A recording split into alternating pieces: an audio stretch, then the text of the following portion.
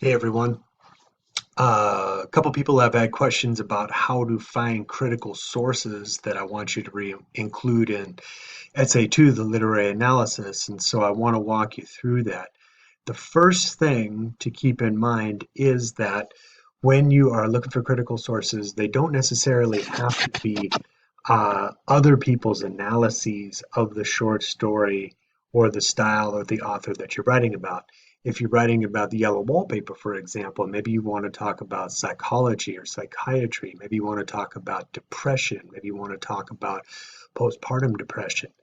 You can go to medical sources for that. If you're writing about what we talk about when we talk about love by Raymond Carver, maybe you want to talk about psychological approaches to love. If you're looking at The Swimmer by Updike, maybe you want to talk about alcoholism, so maybe you find some information on that. If you're talking about uh, Jesus Christ Half Brother is Alive and Well on the Spokane Indian Reservation, one of my favorite titles, maybe you want to take a look at information about Native American reservations or lifestyle or economics or alcoholism. If you find something that you connect with in any of the stories, you can research information from that field. It doesn't have to be literary so much as you're using other people's ideas and facts and science and study, let's say, to clarify and validate your interpretation of what you think the story means. So when you're going to try to find some information, one of the best sources you can use is our actual school library. So behind my face is the assignment sheet. You scroll down, it's in a couple places. The first place here is the body of the analysis. Click on the incorporate ideas. This takes you directly to Clackamas's library page. So a couple things, as you're looking right here, you've got the search for books, articles, and more. You can do that. That will take you to actual physical things that could be delivered to you or things we have in our library. The best way to do it is to click here, articles and A to Z databases. So when you click on that, up pops a long list of databases alphabetized. There are education, medical, nutrition, economic, governmental, military, computer science, you name it, horticulture.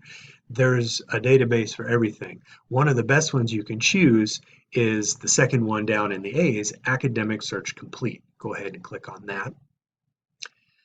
Up pops, as you redirect, you might have to log in. Using your normal school login. That might be the case. Here, I'll scoot this over, we can see better. Just the way you normally log into your computer if you were on campus, that's your ID and password, same as you use. Now here, immediately your first idea, as always when doing a search, thanks Google, is to type in right here where my cursor is, just a willy-nilly list of keywords. Wait on that for a second, we'll come back to it.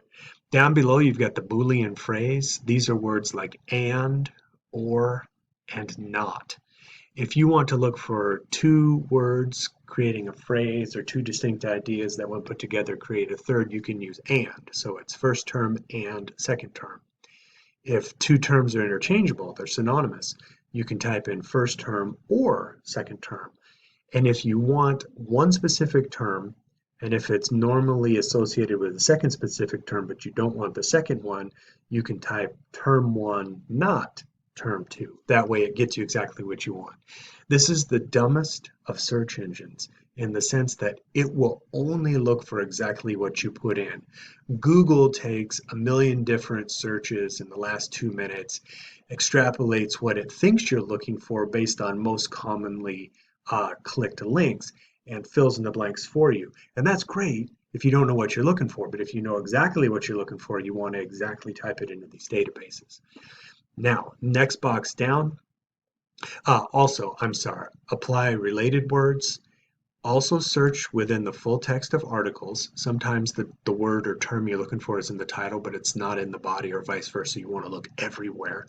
And then apply equivalent subjects, maybe psychiatry and psychology in what you're looking for are closely related enough they both pop up. Next, in limit your results, you can click CCC library. Don't. That takes you directly to only what we have at our library, and since it's closed, don't worry about it. If you want to get more academically oriented information, click scholarly peer-reviewed journals. Scholarly or peer-reviewed journals are written by experts for experts, and before they're published, they are usually viewed by a panel of other experts. So if you're a heart surgeon and you read an article about a new type of heart surgery, before it gets published, other heart surgeons would validate your research. It's the best of the best. Also be sure to click full text. Don't worry about publication type and language and document. Leave them in their default state of all because you'll get better returns. Now we want to scroll back up and type in very specific keywords. If you are looking for, in the yellow wallpaper, postpartum depression, you can type in postpartum, and then you'll see that a list of subject suggestions pops down. First one, postpartum depression. Go ahead and click search. What pops up? A little bit of lag time, I'm at home. What pops up is 13,103 articles, which is far more than you would ever want to look for. So here's where the other drop-down options come into play. Let's say you want to look for postpartum depression and Charlotte Perkins Gilman. So let's type in Gilman. Charlotte Perkins pops right up. Now click search. Now remember, this is just for the yellow wallpaper. Up pop 14. So you've taken it from all the postpartum depression possibilities to just those people who have written about and focused on postpartum depression in Charlotte Perkins Gilman's short story, The Yellow Wallpaper.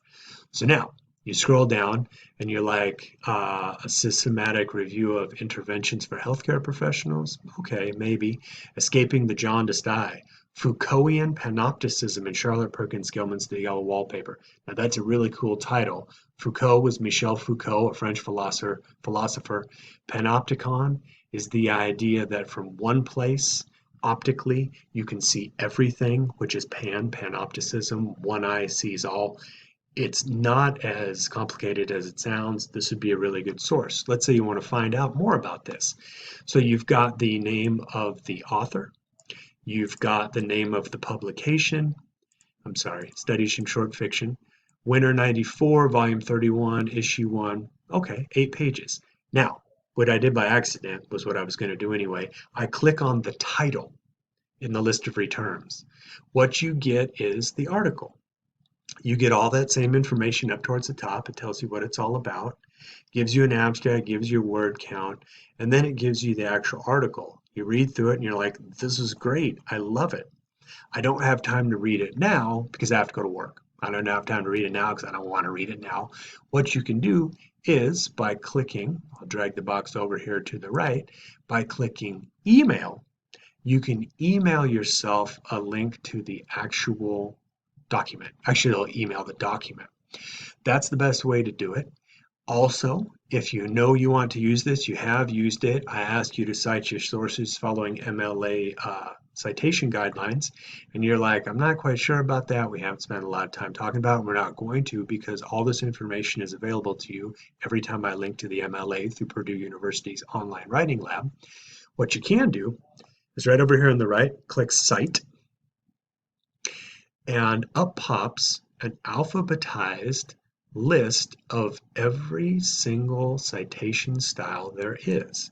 So you know you need MLA, so you come down here to MLA, you can highlight, copy, and then paste this citation into your works cited page at the end of your paper.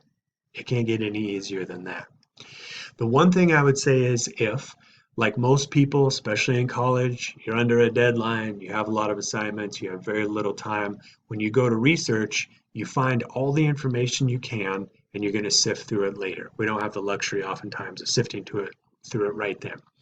When you go over here and you email it to yourself, it's the one that I want. The email will come from EP Host. All you have to do is type in the email address you want to receive it at. It doesn't have to be your school email. I recommend clicking a subject line in.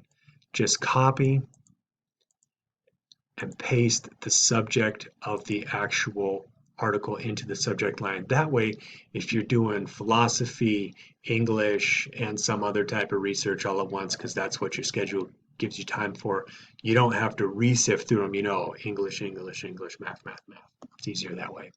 Make sure you keep the HTML full text defaulted and the PDF defaulted if necessary. That way it'll show up exactly the way you saw it online in your email, and you won't have to worry about figuring out why the formatting screwed up. It is what it is. So then, if you want to go back, you can click the back button, or better yet, click result list. And it'll take you back to your original list, and you can keep scrolling down. Another article that's good, another article, another article. It's an interesting way to get research, and it's a really good way to get research. And I recommend doing it this way because it guarantees that it's college level, academic, often scholarly, peer-reviewed information, and you don't have to worry about bloggers or students. And I'm not saying it's bad because I'm asking you to create what you can often find out there. But if you're questioning whether or not you're grasping how to do a literary analysis, you don't want to base your analysis on another student who is also questioning whether or not they did it right. If you go to academics, they've obviously got the degree. This is their field of study. It's what they do. They're going to have more solid, concrete ideas that are more reputable and scholarly in nature. If you have any questions about how to find these sources, holler at me and I'll get back to you. I'm going to post this on the main page. If you're seeing this, you already know it. I'll let you know in an email. Thanks very much. And again, if you have any questions, holler at me. Thanks.